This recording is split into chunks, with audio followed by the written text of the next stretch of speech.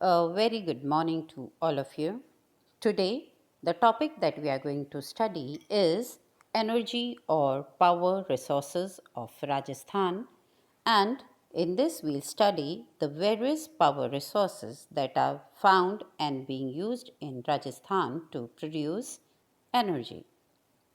आज हम राजस्थान के शक्ति अथवा ऊर्जा संसाधनों का अध्ययन करेंगे और देखेंगे कि कौन कौन से संसाधनों का हमारे राज्य में ऊर्जा उत्पादन के लिए प्रयोग किया जाता है और वे कहाँ कहाँ पाए जाते हैं।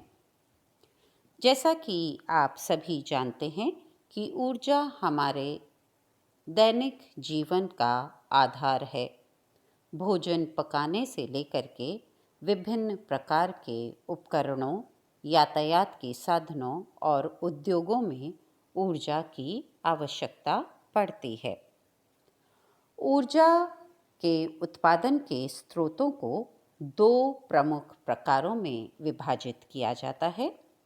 अनवीनीकरणीय या परंपरागत ऊर्जा स्रोत, ये वह ऊर्जा स्रोत हैं जो प्रयोग के द्वारा समाप्त हो जाते हैं, जैसे कोयला, पेट्रोलियम, प्राकृतिक गैस और आणविक ईंधन। इनका एक बार उपयोग होने के बाद ये समाप्त हो जाते हैं और इनका दोबारा उपयोग नहीं किया जा सकता। नवीनीकरणीय स्रोत अथवा अपरंपरागत स्रोत, जिन्हें हम रिन्यूएबल रिसोर्सेज भी कहते हैं। अनवीनीकरणीय नॉन रिन्यूएबल रिसोर्सेज और नवीनीकरणीय रिन्यूएबल रिसोर्सेज, ये वे ऊर्जा स्रोत हैं जो प्रयोग के द्वारा समाप्त नहीं होते अथवा प्रकृति द्वारा पुनः उनकी पूर्ति की जा सकती है। जैसे बहता हुआ जल, जो हम नदियों के पानी को या बांधों को गिरा के जिस पानी से हम जल विद्युत का उत्पादन करते हैं, वह बहता हुआ जल, वायु ऊर्जा, सौर ऊर्जा, ज्वारीय शक्ति एवं भूतापीय शक्ति, ये सब नवीनीकरणीय ऊर्जा स्रोत हैं, मतलब रिन्यूएबल ऊर्जा स्रोत हैं, जो कि प्रयोग के द्वारा समाप्त नहीं होते या जिनका प्रकृति द्वारा पुनः पूर्ति की जा सकती है। राजस्थान के प्रमुख ऊर्जा स्रोत, कोल या कोयला, यह एक नॉन रिन्यूएबल ऊर्जा स्रोत है, मतलब अनवीनीकरणीय ऊर्जा स्रोत है। एक बार इसका उपयोग करने पर यह समाप्त हो जाता है और हम जानते हैं कि हमारे राज्य अथवा देश में ही नहीं, विश्व में भी अब कोयले के जो भंडार हैं वह धीरे धीरे समाप्त हो रहे हैं। कोयला एक जैव निक्षेप है। इसकी जो उत्पत्ति होती है वो अतीत काल में भूमि में वन दब गए थे। वो जब हीट और प्रेशर में परिवर्तित हुए तो फिर वो कोयले में के रूप में परिवर्तित हुए। कोयला एक अवसादी शैलों की परतों के बीच में पाया जाने वाला ऊर्जा संसाधन है। इसके 4 प्रकार होते हैं: एंथ्रासाइट, बिटुमिनस, लिग्नाइट और पीट। हमारे राज्य में ज़्यादातर लिग्नाइट और पीट प्रकार के कोयले के भंडार पाए जाते हैं। राज्य में कोयले के सुरक्षित भंडार भी बहुत कम मात्रा में हैं। लिग्नाइट कोयले का उत्पादन बीकानेर, जोधपुर, जैसलमेर और बाड़मेर जिलों में किया जाता है। बीकानेर का नापासर, भडवानिया, चांदनेरी, नागौर जिले का मेड़ता रोड और बाड़मेर जिले के कपूरड़ी क्षेत्र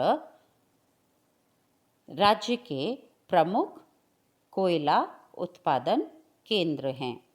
कपूरड़ी में, जलीबा में और बरसिंगसर ये बीकानेर है, यहाँ पर कोयला आधारित विद्युत परियोजनाओं का विकास किया गया है। खनिज तेल या पेट्रोलियम। पेट्रोलियम या खनिज तेल अवसादी शैलों में पाया जाता है और यह है हाइड्रोकार्बन यौगिकों का एक मिश्रण है। हमारे राज्य का जो पश्चिमी मरुस्थलीय क्षेत्र है वह खनिज तेल का प्रमुख भंडार एवं उत्पादन क्षेत्र है।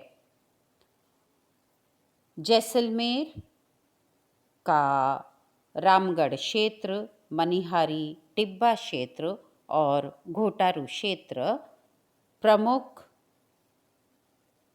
खनिज तेल के भंडार एवं उत्पादन क्षेत्र हैं। इसके अलावा अभी हाल ही में बाड़मेर में भी खनिज तेल के भंडार पाए गए हैं। इसके अलावा बीकानेर नागौर बेसिन, जैसलमेर बेसिन और बाड़मेर सांचौर बेसिन में भी पेट्रोलियम के रिजर्व्स पाए गए हैं। श्री गंगानगर और चूरू जिलों में भी एक पोलैंड की ऑयल कंपनी के सहयोग से खनिज तेल का सर्वेक्षण किया गया है। बीकानेर के बांगीवाला में, जैसलमेर के सूरतगढ़ में कोयले और गैस भंडारों का पता चला है। तो राजस्थान का जो पश्चिमी मरुस्थलीय क्षेत्र है वो खनिज तेल का प्रमुख भंडार एवं उत्पादन क्षेत्र है। जल विद्युत या हाइड्रो इलेक्ट्रिसिटी, यह एक नवीनीकरणीय अथवा अपरंपरागत शक्ति का स्रोत है जो बहते हुए पानी से ऊर्जा का उत्पादन करके प्राप्त किया जाता है। पानी को बहुउद्देशीय परियोजनाओं में या नदियों में बांध बनाकर इस ऊर्जा का उत्पादन किया जाता है। हमारे राज्य में सदावाहिनी नदियाँ तो नहीं हैं, पर जहाँ भी हमें नदियाँ उपलब्ध हैं वहाँ पर उन नदियों के जल को बांधों के द्वारा रोका गया है और वहाँ पर जल विद्युत परियोजनाओं का विकास किया गया है। प्रमुख राजस्थान की जल विद्युत परियोजनाएं जो सिर्फ राजस्थान की ही नहीं है, अन्य पड़ोसी राज्यों के साथ मिलकर भी कई योजनाएं बनाई गई हैं। उनमें प्रमुख हैं भाखड़ा नांगल परियोजना, चंबल परियोजना, माही विद्युत परियोजना, बरसिंगसर ताप विद्युत गृह परियोजना, नर्मदा घाटी योजना, इंदिरा गांधी नहर परियोजना, सूरतगढ़ ताप बिजली घर, धौलपुर परियोजनाएं। तो ये प्रमुख बड़ी जल विद्युत परियोजनाएं हैं हमारे राज्य की। आणविक ऊर्जा, आणविक धातुओं के जो अणु होते हैं परमाणुओं के अंदर, उनमें ये जो छिपी हुई ऊर्जा होती है उस ऊर्जा से विद्युत का उत्पादन किया जाता है। आणविक ऊर्जा से विद्युत का उत्पादन दो विधियों द्वारा किया जाता है, विखंडन अथवा संलग्न। विखंडन में एक परमाणु को तोड़ करके विखंडित किया जाता है। इसमें जनरली यूरेनियम और थोरियम का उपयोग किया जाता है। संलग्न में दो अणुओं को एक साथ जोड़ा जाता है, जैसे कि हाइड्रोजन के दो अणुओं को जोड़ करके आणविक ऊर्जा का उत्पादन किया जाता है। राजस्थान में अणु शक्ति का जो सेंटर या केंद्र स्थापित किया गया है वह राणा प्रताप सागर विद्युत गृह के निकट रावत भाटा में आणविक ऊर्जा केंद्र स्थापित किया गया। कनाडा के सहयोग से 1973 में। और यह जो रावत भाटा एटॉमिक पावर स्टेशन है वह राज्य के टोटल एनर्जी प्रोडक्शन का 20% से अधिक उत्पादित करता है। प्राकृतिक गैस या नेचुरल गैस। प्राकृतिक गैस भी खनिज तेलों के साथ ही पाई जाती है अवसादी चट्टानों के मध्य। यह पेट्रोलियम के ऊपर होती है और फिर इसके नीचे पेट्रोलियम या खनिज तेल के भंडार पाए जाते हैं। राजस्थान का पश्चिमी मरुस्थलीय क्षेत्र नेचुरल गैस का मेजर भंडारण केंद्र और प्रोडक्शन केंद्र है। जैसलमेर का बाड़मेर, जोधपुर, इनमें प्रमुख भंडार केंद्र पाए जाते हैं।